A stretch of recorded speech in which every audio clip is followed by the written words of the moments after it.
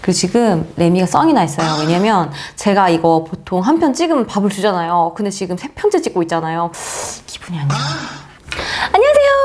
이너뷰티풀 라이프 신익사예요. 와, 드디어 대망의 3편입니다. 호! 너무 힘들었어. 너무 힘들었어. 네, 하는 김에 3편으로 하고 확실하게 하자. 이렇게 해서 이게 3편이 된 거거든요. 그렇지만 제가 1편에 말씀드린 것처럼 혈압, 고지혈, 당뇨약은 건드리지도 못한 거 아시죠? 1, 2편 기억나시나요? 기억 안 나시죠? 그래서 제가 이렇게 표로 정리를 해봤습니다. 표를 보시고도 모르시겠다면 얼른 1, 2편을 다시 보시고 오세요. 오늘도 내용이 좀 많아요. 그럼 바로 시작할게요. 짜잔!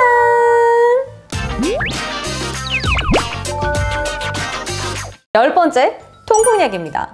통풍약은요, 남자분들이 주로 드시죠? 이것도 은근요, 장기 복용자들이 많아요. 남자분들은 사실 보통 드실 일이 크게 없지만요, 혹시 철분제를 같이 드시고 계시다면 너무 고함량을 장기간 드시는 건 위험할 수가 있습니다. 왜냐면 간에 철분이 많이 축적이 될 수가 있거든요. 본래는 간에 저장되는 게 맞아요. 그걸 간의 저장혈이라고 하는데 그게 너무 많이 축적이 되는 거죠.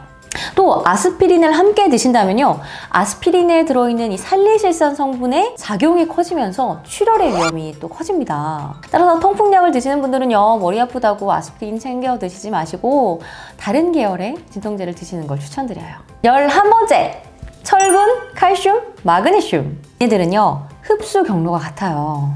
그래서 동시에 드시면 서로 흡수가 되려고 경쟁을 하는 거죠. 그러니까 흡수율이 떨어지겠죠? 그래서 서로 간에 2시간 정도 띄워서 드시는 것이 좋습니다. 그런데 이제 멀티비타민에는 칼슘, 철분, 마그네슘 다 들어있는 것들도 많고요. 또 칼슘, 마그네슘 이렇게 붙어서 있는 제제들도 사실 되게 많아요. 이 경우는 감안을 할 수밖에 없어요, 사실은. 12번째, 혈전 생성 억제제입니다. 혈전 생성 억제제는요, 쉽게 말해서 이 혈액이 떡이 져서 피가 떡져서, 쉽게 말해서 피가 떡져서 혈관을 막는 걸 막아주는 약이잖아요. 이 혈전이 잘못해서 심장에 갖다 박히면 심근경색, 뇌에서 박히면 뇌졸중입니다. 우리나라 3대 사망 원인 중에 바로 2가지가 뇌졸중과 심근경색이에요. 무섭죠? 젊은 분들은 지금은 흘려들으셔도 나이가 드시면 또 먹게 될 수 있으니까 집중해서 들으세요. 먹을 확률 높아져요. 나는 아닐 것 같지?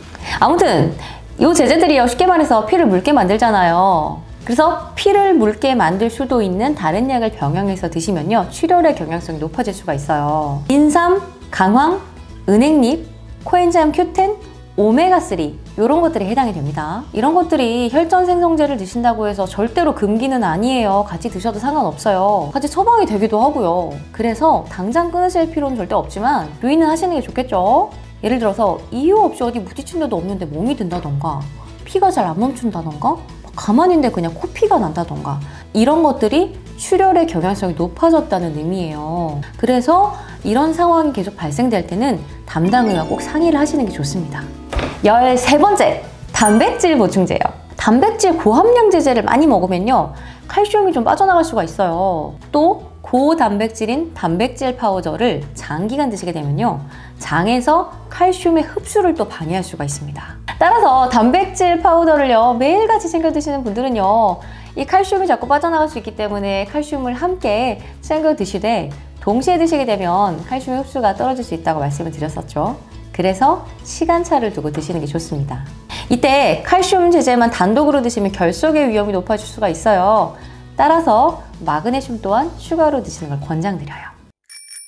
14번째, 갑상선 기능 저하증 약입니다. 나왔다 이거. 얘 또 어려운 약이에요. 우리 1편에 있었죠? 엄청 긴 약, 피임약. 걔처럼 얘도 호르몬 제제고, 내전제는요, 갑상선 기능이 저하되어 있다는 건 바로 대사가 저하가 되어져 있다는 걸 의미해요. 그래서 살도 찌고 피곤하고 자꾸 무기력하고 이렇거든요. 그래서 갑상선 기능 저하증 약은요, 갑상선 호르몬을 올려서 대사를 촉진하는 겁니다. 다시 말해서 이 약을 드시는 중에 대사를 올린다던가 교감신경을 흥분시키는 약을 드신다거나, 혹은 이 약도 호르몬제이기 때문에 또 다른 호르몬제를 함께 드실 때는 굉장히 주의를 하셔야 되는 거예요.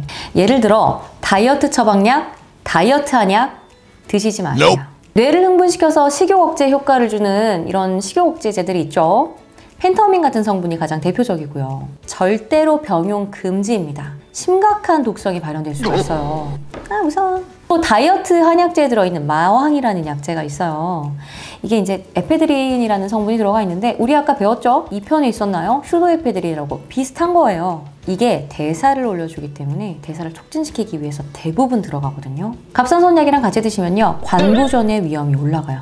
뭐야 이게? 관부전. 심장에 산소 공급이 잘 안 되기 때문에 심장에 대단한 부담을 주게 됩니다. 철분제, 종합 비타민 제제, 미네랄 제제, 또 겔포땡처럼 알루민이 들어가 있는 제산제 같은 것들은요, 갑상선약에 흡수를 방해할 수 있기 때문에 적어도 4시간은 띄워서 드시는 게 좋아요. 공복에 먹어야 되기 때문에 갑상선 기능 저하증 약은 대부분 아침에 일어나시자마자 드시잖아요. 그래서 이런 류의 약들은 점심 이후에 드시면 되겠죠. 막 한두 시간 띄운다고 되지 않아요. 4시간을 띄우셔야 돼요. 그러니까 어려운 거예요, 갑상선약이. 피임약은요, 제가 1편에서 말씀드린 것처럼 갑상선약의 농도를 떨어뜨립니다. 따라서 경구 피임제제 말고요, 다른 피임법을 사용하시는 것이 좋겠죠. 이것과 비슷한 원리로 콩류도 마찬가지예요. 콩도 여성 호르몬 유사 작용이 있잖아요. 그래서 왜 갱년기 있으실 때 우리 엄마들이 막 콩 많이 챙겨 드시고 아니면 콩에서 추출한 이소폴로본이 들어가 있는 갱년기 그 보조제도 드시잖아요. 마찬가지로 콩단백이 들어가 있는 단백질 보충제보다는 유청 단백질로 바꾸시는 것이 좋겠죠. 15번째! 와, 마지막이야! 비타민 C입니다. C. 비타민 C는요, 약물 병용이 상대적으로 그렇게 까다롭지가 않아요. 얘는요, 한 가지만 주의하시면 됩니다. 알루미늄이 포함되어져 있는 제산제, 대표적으로 알마땡과 겔포땡이 있습니다. 이런 종류의 제산제와 동시에 드시게 되면요, 알루미늄의 흡수가 증가합니다. 과도한 알루미늄은요, 이 뇌하고 뼈에 쌓이거든요. 뇌에 많이 쌓이면 자칫 잘못하다간 치매를 유발할 수가 있고, 뼈에 쌓이게 되면 뼈가 쉽게 부러진다던가 아니면 뼈 쪽에 통증을 유발시킬 수가 있어요. 그래서 비타민 C 드시고 속 쓰린다고 짜먹는 제산제 챙겨 드시지 않는 것이 좋겠죠. 그냥 밥 먹고 드세요, 비타민 C는. C는 그 속 쓰리지 않게 하는 중성 비타민 C가 나오거든요. 그래서 그런 걸 이용해 보시는 게 훨씬 좋겠죠. 다 끝났다.